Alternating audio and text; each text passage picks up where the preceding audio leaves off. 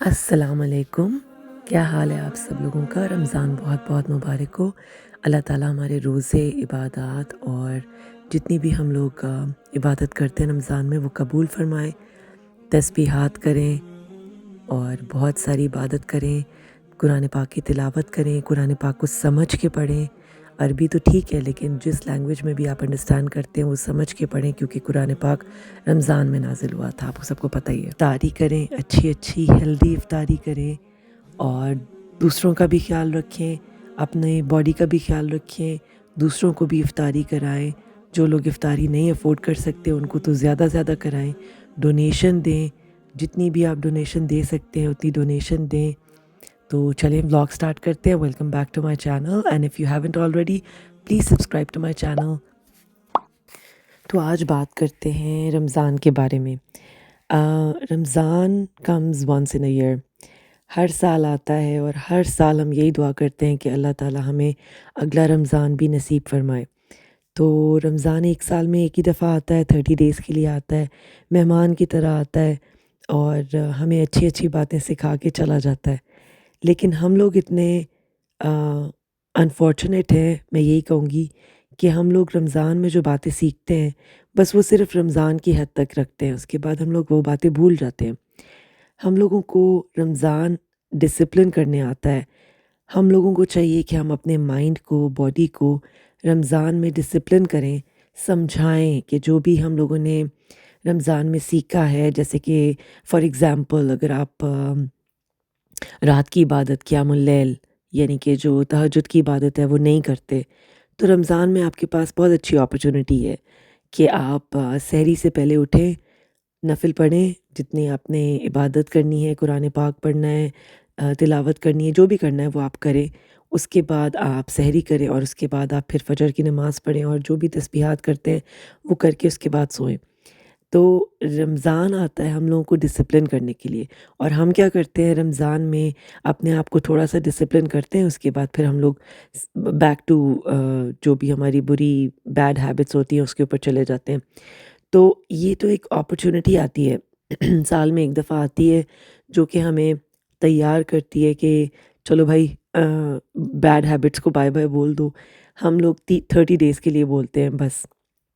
تو کوشش کریں کہ جو بھی بیڈ ہیبٹس آپ کی ہیں، کوئی بھی ہیں، میں I don't want to name any bad habits here, but جو بھی آپ کی بیڈ ہیبٹس ہیں، میرے اندر بہت ساری ہیں، تو آپ اپنے آپ سے پرومس کریں کہ رمضان میں تمام بیڈ ہیبٹس کو آپ گڈ بائی بول دیں اور ان کو کنٹینیو کریں آگے رمضان ختم ہونے کے بعد بھی۔ بہت ساری عبادت کریں، بہت ساری تسبیحات کریں۔ میں جو عبادت کرتی ہوں رمضان میں شیئر کرنا چاہتی ہوں آپ کے ساتھ تاکہ آپ لوگ بھی وہ کریں، کیونکہ مجھے اس سے بہت بینیفٹ ہوتا ہے۔ میں سورہ کوثر پڑھتی ہوں 129 ٹائمز ایوری ڈے، اور میں اپنا جو بھی والیٹ ہوتا ہے یا جہاں پہ بھی میں اپنے پیسے رکھتی ہوں میں اس کے اوپر ایک دفعہ پھونک مار دیتی ہوں۔ اس سے رزق میں بہت برکت ہوتی ہے، آپ کے پیسے میں بہت برکت ہوتی ہے، آپ کا پیسہ جو ہے وہ صحیح جگہ میں لگتا ہے، وہ غلط جگہ میں نہیں لگتا۔ پھر اس کے بعد آپ بہت ساری تسبیحات اور بھی کر سکتے ہیں۔ میں ایک کیا کرتی ہوں کہ رمضان میں 2 نفل پڑھتی ہوں دن میں کسی بھی ٹائم، اور اس کے ساتھ میں جو استغفار کی دعا ہے، اللہم اغفر لی ولوالدی وللمؤمنین والمؤمنات والمسلمین والمسلمات والاحیاء والاموات۔ اس کا مطلب یہ ہے جو والمسلمین والمسلمات تک تو آپ لوگوں کو سمجھ آ گئی ہوگی نا۔ والاحیاء والاموات کا مطلب ہے کہ جو دنیا میں حیات ہے وہ بھی، اور جو دنیا سے چلے گئے ہیں ہمارے لوڈ ونز، جو بھی ہمارے تھے وہ دنیا سے چلے گئے، ان کے لیے بھی ہم استغفار کریں، اور جتنے بھی مومنین ہیں سب کے لیے آپ استغفار کریں تاکہ آپ لوگوں کو بھی اس کا ثواب ملے۔ کہتے ہیں نا کہ جو اگر آپ کسی اور کے لیے دعا مانگتے ہیں تو اینجلز جو ہیں، فرشتے جو ہیں، وہ آپ کے لیے بھی وہی دعا اللہ تعالیٰ سے مانگتے ہیں۔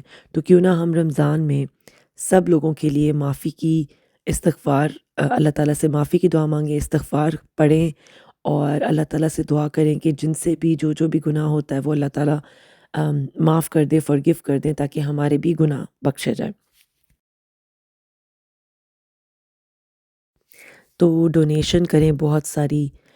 روزہ جو ہے ہم کیوں رکھتے ہیں؟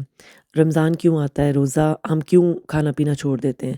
ہم کھانا پینا اس لیے بھی چھوڑ دیتے ہیں کہ ایک تو اس میں سے ایک لیسن ملتا ہے ہم لوگوں کو کہ دوسرے جو لوگ ہیں دنیا میں جو بیچارے ڈپرائیوڈ رہتے ہیں کھانے سے، پانی سے، جیسے غزہ میں آج کل جو چل رہا ہے سلسلہ، پانی نہیں ہے، کھانا نہیں ہے، کچھ نہیں ہے، تو ہمیں ان جیسے لوگوں کی جو تکلیف ہے اس کا احساس ہو، بھوک پیاس ہمیں برداشت کرنی پڑتی ہے، ہمیں خود احساس ہو، اس لیے ہم لوگ روزہ رکھتے ہیں۔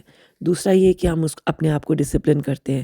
روزہ رکھنے کے بعد آپ کی پوری باڈی کلینز ہو جاتی ہے، آپ کم کھاتے ہیں، آپ کی باڈی سے ٹاکسنس نکلتے ہیں اور آپ کی باڈی ہلکی پھلکی ہو جاتی ہے۔ پورے 30 دن آپ اسی طرح سے روٹین رکھتے ہیں، کم کھاتے ہیں، افطاری کے ٹائم کھاتے ہیں، سحری کے ٹائم کھاتے ہیں، وہ بھی مطلب آپ کا خود ہی دل نہیں چاہتا اتنا زیادہ کھانے کا، تو آپ کی باڈی کلینز ہو جاتی ہے پوری۔ اور سب سے بڑھ کر لوگوں کی تکلیف کا احساس ہوتا ہے آپ کو کہ جب کسی کے پاس کھانا نہیں ہوتا، پانی نہیں ہوتا، تو کیا گزرتی ہے اس کے اوپر۔ تو یہ چیز آپ کو موٹیویٹ کرتی ہے لوگوں کی ہیلپ کرنے کے لیے۔ اگر اس منتھ میں بھی کوئی کسی کی ہیلپ کرنے کے لیے موٹیویٹ نہ ہو تو پھر میں نہیں سمجھتی کہ وہ انسان جو ہے وہ انسان بھی ہے، کیونکہ روزہ آپ کو ایسی لیسن دیتا ہے، جب آپ بھوکے پیاسے رہتے ہیں تو آپ کو دوسروں کی تکلیف کا احساس ہوتا ہے۔ ڈونیشن کریں، بہت ساری ڈونیشن کریں، ڈونیشن فائنینشیل بھی ہو سکتی ہے، فوڈ کی بھی ہو سکتی ہے، کپڑوں کی بھی ہو سکتی ہے، کسی بھی طریقے کی آپ ڈونیشن کریں، لوگوں کی ہیلپ کریں۔ آپ یہ سوچیں کہ اگر آپ کے ساتھ یہ چیز ہو رہی ہو کہ آپ کسی بھی چیز کے لیے ڈپرائیوڈ ہوں تو آپ کو کیسا لگے گا جب آپ کی کوئی ہیلپ کرے گا، آپ کو اچھا لگے گا نا، وہ آپ اس کو دعائیں دیں گے۔ تو یہی سوچ کر آپ اللہ کی راہ میں، اللہ کی وجہ سے، اللہ کے لیے بہت ساری ڈونیشن دیں، جتنی دے سکتے ہیں دیں، اور آپ یقین مانیں کہ اللہ تعالیٰ آپ کے پیسے نہیں رکھے گا، اللہ کو ضرورت نہیں ہے۔ آپ ہی کے اعمال بڑھیں گے، آپ ہی کے اعمال اچھے ہوں گے، قیامت والے دن آپ ہی کو جنت ملے گی، اور اللہ تعالیٰ اپنا جو آپ اللہ کی راہ میں خرچ کرتے ہیں اس کو ڈبل ٹرپل کر کے واپس کرتا ہے۔ اور اگر آپ یہ نیت کر کے کرتے ہیں نا کہ مجھے ڈبل ٹرپل ملے گا، اس میں کوئی برائی نہیں ہے، آپ یہ نیت کر سکتے ہیں، لیکن آپ اپنی نیت زیادہ سے زیادہ یہ رکھیں کہ میں اللہ کی راہ میں خرچ کروں گا، غریبوں کی مدد کروں گا، جو لوگ نیڈی ہیں، جو لوگ بولتے نہیں ہیں منہ سے، ان کو ڈھونڈ ڈھونڈ کے ان کی ہیلپ کریں۔